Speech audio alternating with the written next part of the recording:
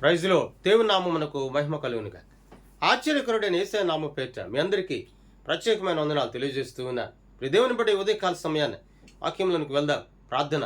కృపాసత్య సంపూర్ణుడానికి స్తోత్రాలయ్యా. ఆశ్చర్యకరుడానికి వందనాలు. ప్రభువు మార్చి ద్వారా మమ్మల్ని దర్శించండి.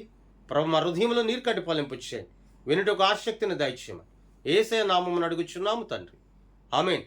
103వ కీర్తన మొదటి వచనంలోని మనము జ్ఞాపం చేసుకుందాం. నా ప్రాణమా యెహోవాను స్తుతించుము, సన్నుతించుము.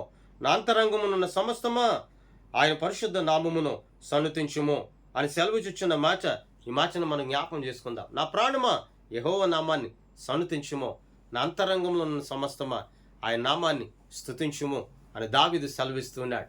దేవుని స్తుతించడం ద్వారా సంపూర్ణమైన ఆశీర్వాదాన్ని మనం పొందుకుంటూ ఉంటాం. దావీదు ఎవ్వరికి చెప్పడం లేదు, తన ప్రాణమునకు చెప్పుకొంటూ ఉన్నాడు. అంతరంగంలోనున్న ప్రతి అవయమునకు కూడా, దేహంలో ఉన్న ప్రతి అవయవానికి, అంతరంగంలో ఉన్న ప్రతి ఆలోచనకు కూడా దావీదు తెలియచేస్తూ ఉన్నాడు. నా అంతరంగమునున్న సమస్తమా ఆయన నామమును సన్నుతించుము, స్తుతించుము అన్నాడు. ఎందుకంటే స్తుతి అది ఏ స్థితినైనా సరే మార్చగలుగుతుంది. స్తుతి ద్వారా సంపూర్ణమైన ఆశీర్వాదం, స్తుతి ద్వారా సంపూర్ణమైన రక్షణ, స్తుతి ద్వారా సంపూర్ణమైన దీవెన, స్తుతి ద్వారా అనేక మార్లు సంపూర్ణమైనటువంటి విడుదల నా దేవుని కృప ద్వారా నువ్వు పొందుకొనగలుగుతావు. ఆనాడు ఎరుకో గోడలు అవి కూలిపోయాయి. దానికి కారణం దేవుణ్ణి వారు స్తుతించారు, దేవుని వారు గనపరిచారు, దేవుని వైపు వారు త్రిప్పబడుచు, వారి కేకలు వేయచ్చు, నినాదములు చేయొచ్చు. సర్వశక్తిమంతుడైనటువంటి దేవుని నామాన్ని వారు గనపరిచారు, స్తుతించారు.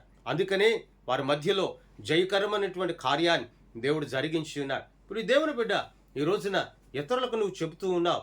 మరి నీ అంతరంగం దేవుని స్తుతించలేకపోతుందేమో, నీ అంతరంగంలో ఉన్న సమస్తం దేవుని మరిచిందేమో, నీ అంతరంగంలో ఉన్నటువంటి సమస్తం దేవునికి దూరముగా నిలిచి ఉన్నదేమో, నీ అంతరంగంలో ఉన్న సమస్తం దేవునికి ఎడబాటుగా ఉన్నదేమో. ఒక్కమారు గమనించు. దేవుని స్తుతించినప్పుడు, దేవుని ఎదుట నువ్వు సాగిలపడినప్పుడు సమృద్ధికరమైన ఆశీర్వాదాన్ని పొందుకుంటావు. ఒకవేళ దేవుని ఎడబాస్తే, దేవుడు నీకు ఎడబాటుగా ఉంచే, ఆనాడు సంసోను జీవితం ఆ దాగోను దేవాలయంలో నాశనం అయిపోయింది. దానికి కారణం యెహోవా ఎడబాసినన్న సంగతి అతడు గ్రహించలేదు, మర్చిపోయాడు. ఈ దేవుని బిడ్డ, అన్నీ ఉన్నాయి, లేకపోతే సమస్తము ఉంది, ఆశీర్వాదం ఉంది, డబ్బు ఉంది, ధనం ఉంది, ఐశ్వర్యం ఉంది, అనేకులు నా మాట వింటున్నారు అని నీవు అనుకొనవచ్చు. ఎవరు నీ మాట విని వినకపోయినా, నీ యొద్ద ధనమున్నా లేకపోయినా యెహోవాను స్తుతించడం మొదలుపెట్టు, యెహోవాను స్తుతించడం ప్రారంభించు. నా దేవుని జీవము కలిగిన యేసయ్య నామాన్ని గణపరచడం నువ్వు మొదలుపెట్టు. నీ జీవితాన్ని శ్రేష్టమైనటువంటి ఆశీర్వాదకరముగా ఆయన మారుస్తాడు. ఇప్పుడు దేవుని బిడ్డ, ఈ రోజున దావీదు అంచున్నాడు, నా ప్రాణమా తన ప్రాణంతో చెప్పుకొంచున్నాడు. మరి ఈ రోజున నీ ప్రాణంతో చెప్పుకునే అనుభవం నీలో ఉందా? నీ అంతరంగంతో చెప్పే అనుభవం నీలో ఉందా? లేక లోక సంబంధమైన క్రియల సహవాసాల్లో ఇంకా నువ్వు తేలియాడుతున్నావా?